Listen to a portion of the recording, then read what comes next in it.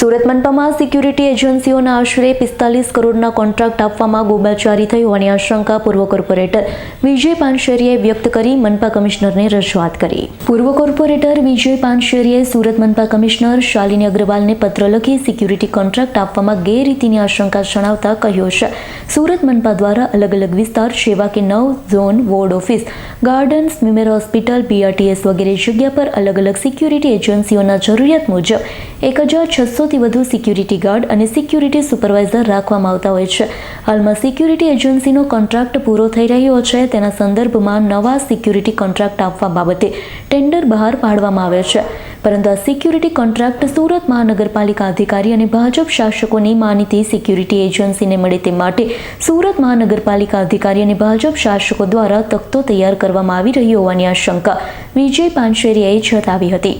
વિજય પાનશેરીના મતે ભાજપ શાસકો અને અધિકારીઓ દ્વારા જે રીતે ગેરરીતિ કરવામાં આવે છે તેને ટાંકીને જણાવ્યું હતું. 21 નવેમ્બર 2024ના રોજ ટેન્ડર બહાર પડાયા. છેલ્લી ડોક્યુમેન્ટ સબમિશનની તારીખ 5 ડિસેમ્બર 2024 હતી, પરંતુ ડોક્યુમેન્ટ સબમિશનની તારીખ 2 વાર વધારવામાં આવી. પહેલી વાર 19 ડિસેમ્બર 2024 અને બીજી વાર 26 ડિસેમ્બર 2024. ઉપરાંત સુરત મહાનગરપાલિકામાં હાલમાં 10 જેટલી સિક્યુરિટી એજન્સીઓ અલગ અલગ વિસ્તારમાં કામ કરી રહી હોવા છતાં ડોક્યુમેન્ટ સબમિશનની તારીખ 2 વાર વધારવાની જરૂરિયાત શા માટે પડી? આ સિક્યુરિટી કોન્ટ્રાક્ટરનું રિટેન્ડરિંગ શા માટે ન કરવામાં આવ્યું?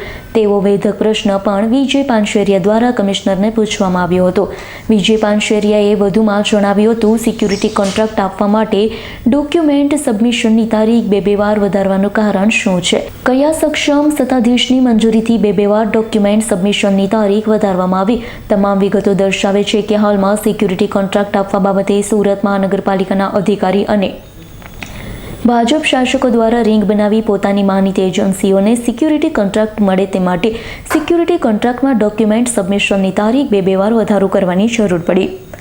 ઉપરોક્ત તમામ બાબતને ધ્યાનમાં લઈ સિક્યુરિટી કોન્ટ્રાક્ટ આપવામાં થયેલ ગેરરીતિની યોગ્ય તપાસ કરી સિક્યુરિટી કોન્ટ્રાક્ટ આપવામાં સંડોવાયેલા તમામ અધિકારીઓ વિરુદ્ધ કાયદેસરની કાર્યવાહી કરી તેની સામે શિક્ષાત્મક પગલાં લેવા કમિશનરને વિનંતી કરી. આપનો પરિચય? પૂર્વ કોર્પોરેટર વિજય પાનશેરીયા. સિક્યુરિટી જે કોન્ટ્રાક્ટ 45 કરોડનો જે સિક્યુરિટી કોન્ટ્રાક્ટ આપવાની જે વાત છે એમાં જે ગેરરીતિ છે એ બાબતે આજરોજ મેં પત્ર લખેલો હતો. મારી માંગ એ હતી કે સુરત મહાનગરપાલિકાની જે હદ વિસ્તાર છે એમાં આપ જોશો કે જે સિક્યુરિટી ગાર્ડ છે 1900થી વધુ સિક્યુરિટી ગાર્ડ અલગ અલગ 10 એજન્સીઓ દ્વારા આપવામાં આવે છે. એ સુરત મહાનગરપાલિકાની મુખ્ય ઓફિસ હોય, 9 ઝોન ઓફિસ હોય, ગાર્ડન હોય, BRTS હોય કે સ્વિમેર હોસ્પિટલ હોય, અલગ અલગ જગ્યાએ સિક્યુરિટી ગાર્ડ મૂકવામાં આવતા હોય છે અને આ 45 કરોડનો કોન્ટ્રાક્ટ છે. હમણાં કોન્ટ્રાક્ટ પૂરો થાય છે એટલે નવો કોન્ટ્રાક્ટ આપવાની વાત હતી. એમાં 21 નવેમ્બરના રોજ નવું ટેન્ડર બહાર પાડ્યું અને જે પણ ઇજારદારો હોય એમને 5 ડિસેમ્બરના રોજ જે ડોક્યુમેન્ટેશન જે સબમિશનની જે છેલ્લી તારીખ હતી એ 5 ડિસેમ્બર હતી, પરંતુ અધિકારીઓ અને ભાજપ શાસકોએ મળી આ ડેટ એક્સટેન્ડ કરી, વધારી અને 19 ડિસેમ્બર કરી. ત્યારબાદ ફરી વધારી અને 26 ડિસેમ્બર કરી. હજુ પણ વધારવા જઈ રહ્યા છે અને 31 ડિસેમ્બર કરવાની વાત છે.